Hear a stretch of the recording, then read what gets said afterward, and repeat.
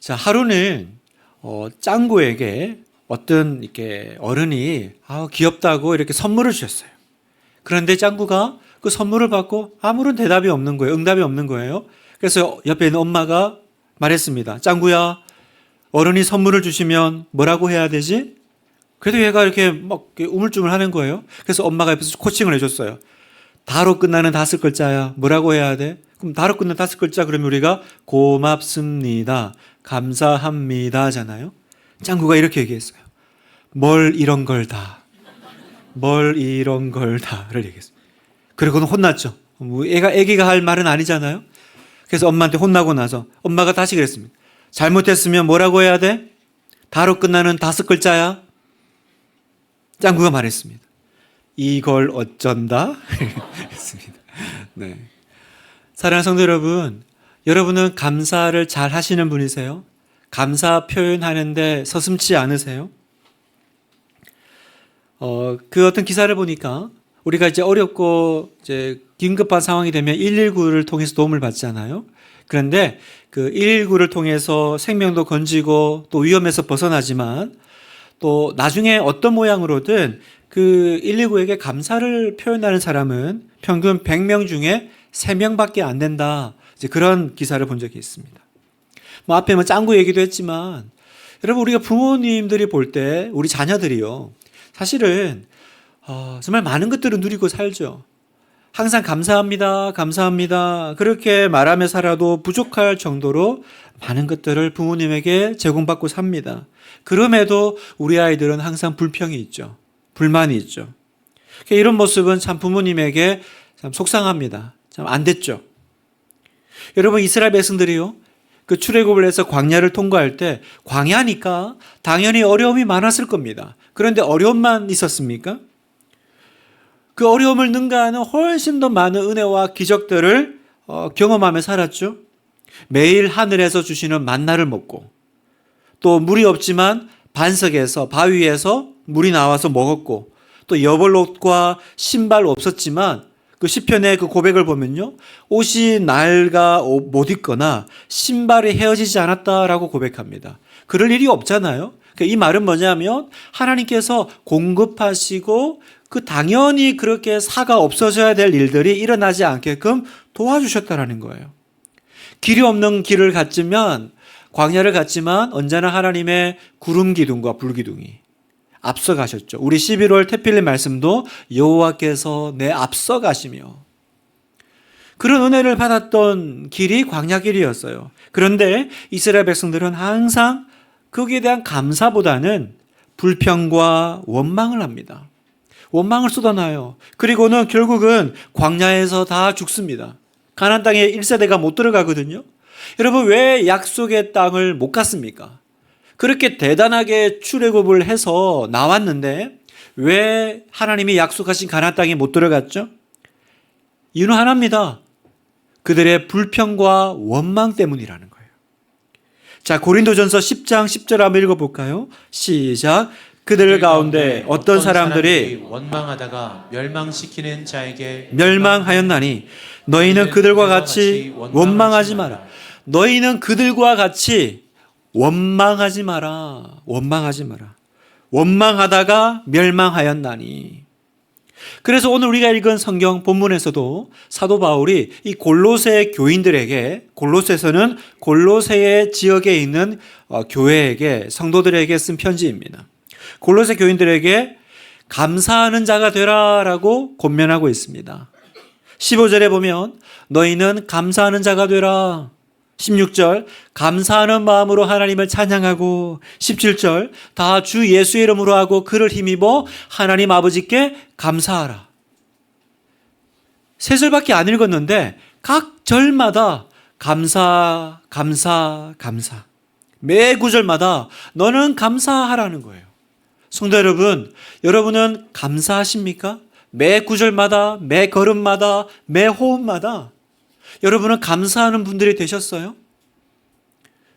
우리 주님은, 예수님은 늘 감사하는 분이셨어요. 예수님의 그 특징은요, 감사의 특징은요, 감사할 수 없는 상황에서도 감사하셨던 분이라는 거예요. 한번 볼까요?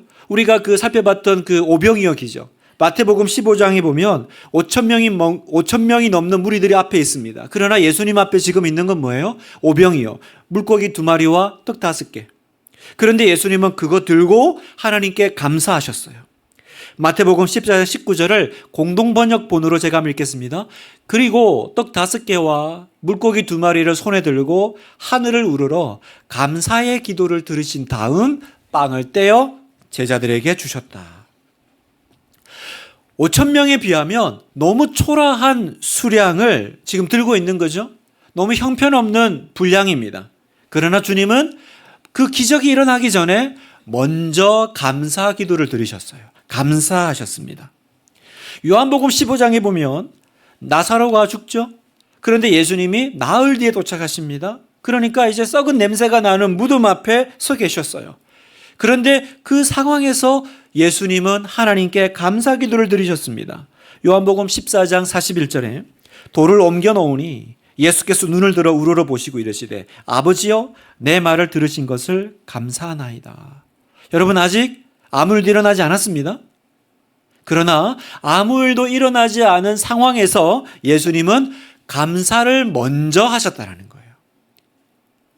마태복음 11장에 보면 우리가 몇 번 들었던 그 고라신과 벳세다, 예수님이 많은 기적과 능력을 행하셨지만 믿지 않는 그 고을, 그 마을 사람들을 보시면서 그 답답한 상황에서도 예수님은 감사를 사실은 먼저 찾아내세요. 마태복음 11장 25절에 보면 그때 예수께서 대답하여 이르시되 천재 주제이신 아버지여 이것을 지혜롭고 슬기 있는 자들에게는 숨기시고 어린아이들에게는 나타내심을 감사하나이다.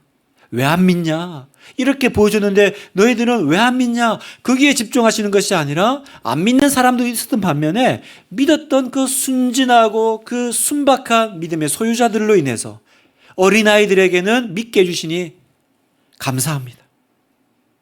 하나만 더 볼까요?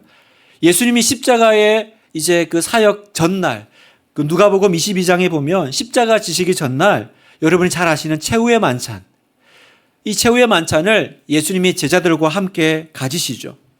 그런데 예수님은 아셨어요. 뭘 아셨냐면 이 제자들이 다 예수님을 버리고 도망갈 거라는 걸 아셨어요. 어떤 제자는 예수님을 부인하고 예수님을 욕할 것도 아셨습니다. 그럼에도 예수님은 그 포도주와 잔을, 그 떡을 나눠주시면서 감사 기도를 드리세요. 누가복음 22장 19절 또 떡을 가져 감사 기도하시고 떼어 그들에게 주시며. 타이밍이 누가 보더라도 감사할 타이밍이 아니죠. 그럼에도 우리 주님은 어떤 분이셨어요? 언제나 감사를 먼저 하시고 감사를 찾아내시고 감사할 수 없는 상황에 감사 기도를 드리셨다. 무슨 말씀을 드리고 싶냐면 그 주님께서 오늘 여러분에게 명령하신다는 거예요. 3장 17절 같이 한번 읽어볼까요? 시작. 또 무엇을 하든지 말에나 일에나 다 주 예수의 이름으로 하고 그를 힘입어 하나님 아버지께 감사하라. 감사하라. 모든 것에 감사하셨던 우리 주님이, 예수님이 우리에게 너도 감사하는 사람이 되라라고 명령하시는 거예요. 그럼 우리는 어떻게 해야 될까요? 명령하시니 주님의 명령에 아멘으로 화답해야 하는 겁니다. 오늘 주님의 너도 감사하는 자가 되라라고 하실 때 아멘으로 순종으로 화답하는 여러분 되시기를 축원합니다. 감사할 만해야 감사하죠. 감사할 것이 없는데요. 이렇게 여러분이 말한다면 오늘 너희가 감사하는 사람이 되라라고 했을 때 사정도 모르시고 저런 말씀하신다. 그런 마음이, 그런 생각이 먼저 들어온다면 아직 여러분에게는 예수님이 나의 왕이 아니신 거예요. 예수님이 정말 나의 왕이시고 나의 주님, 나의 주인이시라면 내 상황이 어떻든 이유를 불문하고 우리는 결론적으로 뭐 해야 돼요? 감사해야 한다라는 겁니다. 여러분, 왜 우리 신앙이 이렇게 힘이 없냐면 우리는 항상 이해되고 납득되고 상황되어야만 우리는 주님을 따르기 때문이에요.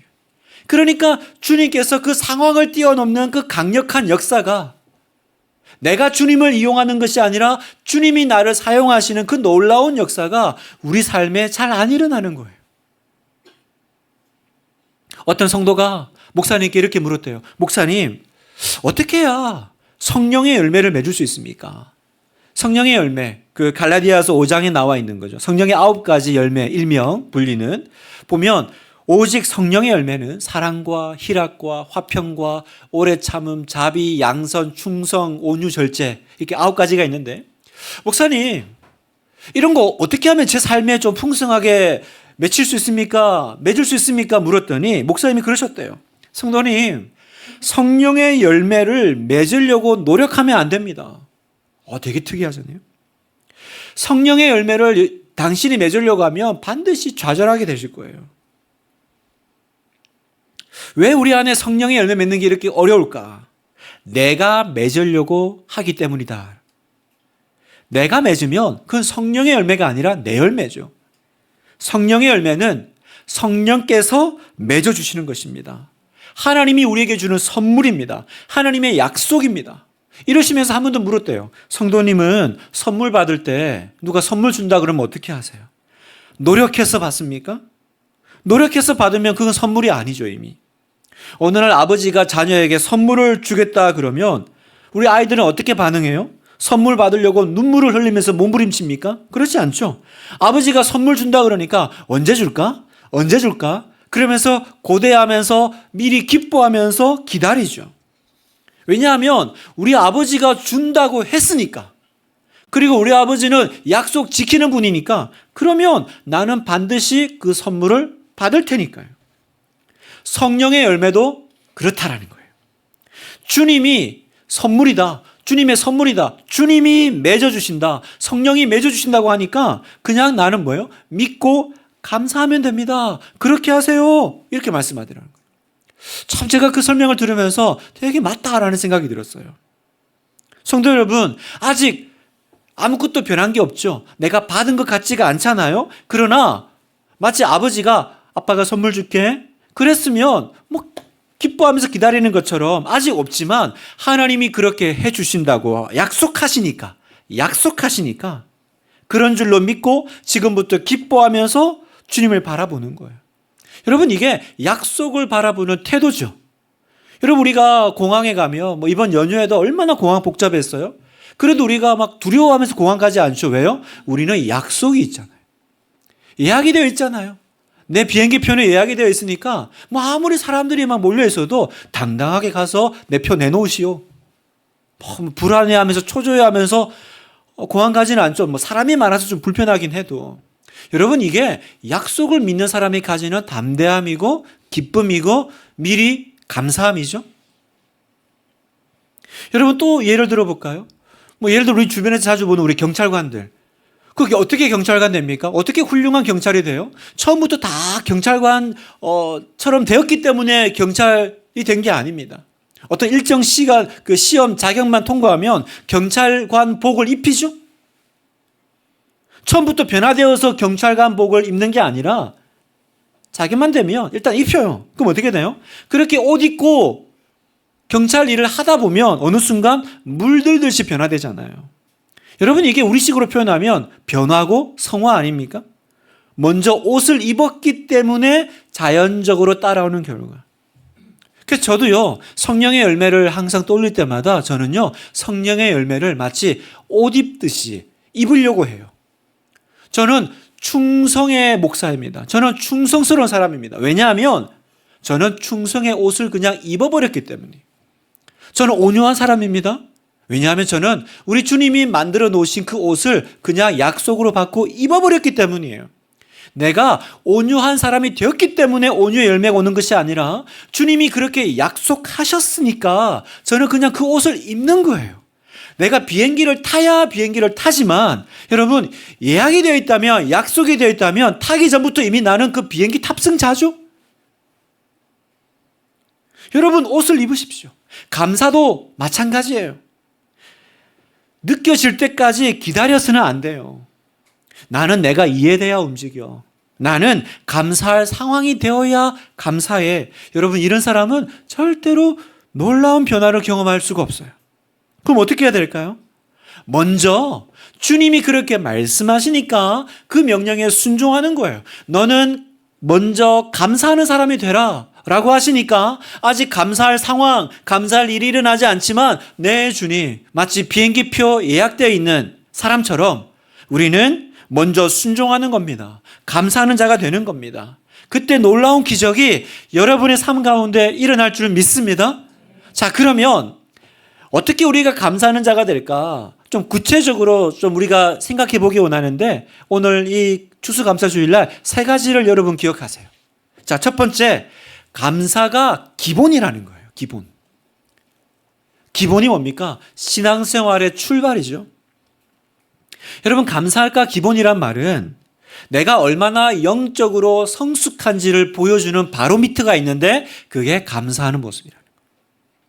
영혼이 메마르고 완악해졌다면 한 가지 뚜렷한 증거가 나와요. 그 증거는 뭐냐면 어느 순간 삶에서 감사가 사라진다는 거예요. 그게 지금 내 영혼이 메마르고 내 마음이 완악해진 증거입니다. 감사가 사라졌다는 거예요. 여러분은 어떠세요? 지금 감사로 충만하세요? 아니면 감사할 게 아무것도 없습니까? 아이들은요, 어떻게 해요? 아이들은 그냥 항상 뭐 부모님 만나면 밥 줘, 돈 줘, 핸드폰 사줘. 항상 달라고 합니다. 그래도요, 우리 부모님들은 상처받지 않아요. 왜냐하면 어리니까. 그죠? 그래서 다 해줍니다. 그런데 여러분, 다 큰 성인이, 다 큰 아이가 어릴 때처럼 똑같이 그렇게 말하면요, 해주긴 해도요, 부모님이 마음이 참 이렇게 슬프죠. 유쾌하지가 않아요. 왜요? 그건 미성숙한 거니까. 그건 아직 철이 안 든 거니까. 여러분, 우리가 나이가 들었다는 게 뭐예요? 우리가 이제 좀 어른이 되고 성숙해졌다는 건 뭡니까? 언제나 그 언어 속에 뭐가 있는 거예요? 감사의 마음과 감사의 표현이 들어있는 거죠. 여러분이 살면서 어떤 누군가의 도움이 필요한 것이 있다면 다짜고짜 도와줘, 돈 빌려줘, 해결해줘 그럽니까? 우리 그렇게 하지 않죠? 우리가 어떤 분에게 도움이 필요하면 메일을 보내거나 문자를 보내거나 전화를 하면 어떻게 말합니까? 그동안 베풀어 주신 은혜 참 감사합니다. 혹시 이번에도 한 번 더 이렇게 좀 도움받을 수 있을까요?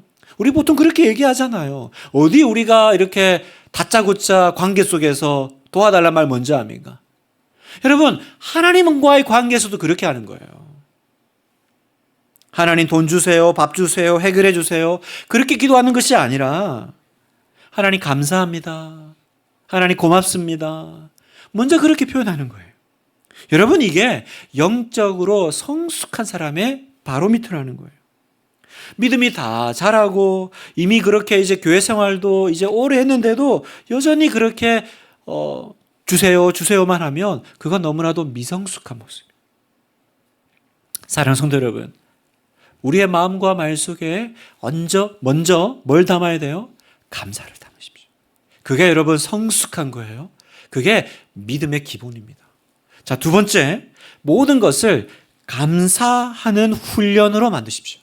모든 상황과 모든 문제를 감사 훈련으로 여기십시오. 아, 이거 지금 내가 감사를 해야 되나 말아야 되나의 훈련이구나.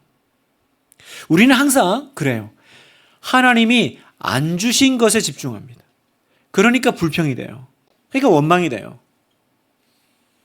여러분, 아담과 하와가요, 에덴 동산에서 모든 동산의 실과를 다 봤죠. 그런데 그들의 불행은 언제 시작돼요? 나에게 안 주신 것에 집중할 때, 그 선악과에 집중할 때. 그러니 여러분 보세요. 하나님이 다 주셨어요. 안 주신 건 선악과 하나예요. 그런데 주신 거는 모르고 안 주신 것에 계속 눈길을 두니까 어떻게 돼요? 불행해요. 그리고 시험이 들어요. 어떤 중소기업을 이렇게 경영하던 한 집사님이 갑자기 중병에 걸렸어요. 그래서 병원에 한 몇 달 입원을 하시게 됐습니다.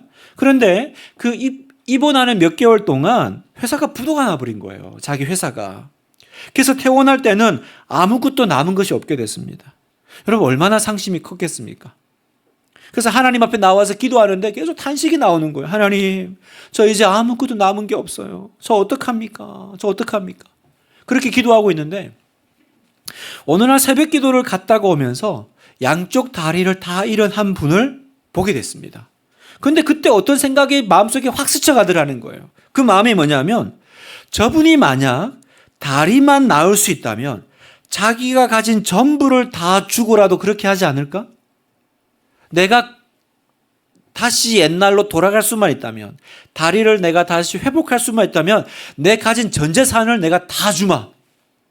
그렇겠죠, 여러분. 그렇게 생각하고 보니까 자신은 두 다리가 이 멀쩡한 게 이건 돈으로 환산할 수 없는 엄청난 거라는 생각이 마음속에 확 흘러 들어온 거예요. 자기는 지금까지 하나님 앞에 아무것도 남은 것이 없어요. 난 이제 망했어요. 그렇게 고백했는데 그건 사실이 아니었다라는 거예요. 나에게 없는 건 아쉽게도 돈뿐이지. 나는 사실 가진 게 너무 많고 감사할 것이 너무 많다라는 걸 깨닫죠. 그때 이분이 회개했어요. 그리고 다시 일어날 힘을 얻게 됐다고 고백하셨어요. 여러분, 뭐가 우리 안에 감사를 만들까요? 자, 해결되지 않은 문제가 해결되면, 우리 마음에 지금 뭔가 풀어가야 될, 어떤 받아야 될 것들이 주어지면 여러분 그때도 감사죠. 그러나 뭐가 감사를 만드냐면 두 마음 가운데 한 마음을 선택할 때 감사가 와요. 어떤 마음이요? 두 마음이 어떤 마음일까요? 한 마음은 이거예요. 하나님 저 다 잃어버렸어요. 저는 이제 아무것도 없습니다. 이 마음하고 하나님 정말 감사합니다. 제게 있는 것이 이렇게 많네요. 제게 있는 것이 이렇게 많네요. 여러분, 이 차이예요, 여러분. 이 차이를 발견할 때 어떤 사람은 불평하고 어떤 사람은 감사해요. 여러분, 나에게 없는 것이 아니라 가지고 있는 것에 기억할 때 우리는 감사하게 됩니다. 제가 전에 한번 설교 시간에 그 얘기한 것 같아요. 요즘 뭐 이렇게 아파트 단지 좀 늦게 오면 주차 너무너무 어려우시죠? 저도 한번 이렇게 보니까 좀 집에서 좀 늦게 가면 항상 주차 자리가 없는 거예요. 항상 기도하죠. 갈 때쯤 되면 하나님 한 자리만 주세요. 제가 뭐 10개 달라 그러나요? 하나만 있으면 되거든요, 하나님. 역사하셔가지고 제가 딱 갈 때 누가 일 생겨서 뿅 나가면 되잖아요. 그런데 항상 보면 조금만 늦게 오면 자리가 없는 거예요. 빙빙 돌다가 저 멀리 차를 세우고 한 번 이렇게 멀리 차를 세우고 오는데 마음에 불평이 확 올라와요. 하나님, 그렇게 기도했는데 어쩜 그렇게 한 자리가 안 생겨요? 그리고 막 투덜투덜 오는데 마음속에 어떤 생각이 탁 들어와요. 마치 그 집사님 같이 어떤 생각이 이렇게 쑥 지나가요. 저는 그 생각이 하나님 주신 생각 같아요. 마음에 성령님께서 그렇게 얘기하시는 거예요. 네가 주차 자리 없다고 되게 불평이 많구나. 그게 있잖아. 내가 너한테 차를 줘서 그런 거지. 내가 너 차를 가져가면 네가 주차 자리 때문에 불평할 일이 없겠네? 제가 주님께 바로 기도드렸어요. 하나님 없던 걸로 해주세요. 그렇죠. 제가 주차 자리 때문에 왜 이렇게 불평이 많아졌을까요? 자가용이 생겼으니까. 제가 뭐 그냥 버스 타고 다니면 주차 자리 때문에 무슨 걱정이 있겠어요? 무슨 얘기인지 아시겠어요, 여러분? 여러분, 하나님께서 우리에게 주신 것에 집중하지 못하면 이거 왜 안 줘요? 이거 왜 없어요? 여러분, 우리 안에 어떤 마음을 선택하느냐가 여러분 우리 안에 감사를 만들더라고요. 제가 그 뒤로요 주차 자리 때문에 불평이 없어요. 왜요? 저는 자가용이 있는 사람이니까. 좀 멀리 되면 어때요? 이 차를 탐으로 내가 얻는 유익이 얼마나 많은데. 여러분, 우리의 모든 상황과 문제를 어떻게 해요? 감사 훈련하는 기회로 삼으십시오. 두 마음 가운데 내가 이 마음을 선택하리라. 그렇게 선택하고 결단하는 여러분 되시기를 축복합니다. 네. 나갈 때 떡 작다고 불평하지 마세요. 뭘 이런 걸 다 그러지 마시고. 네. 세 번째, 가장 강력한 감사에 한번 도전해 보십시오. 여러분, 감사도요 종류가 있더라고요. 가장 강력한 감사가 있어요. 가장 강력한 감사는요 데살로니가전서 5장 18절의 감사입니다. 바로 범사의 감사. 한번 읽어볼까요? 시작.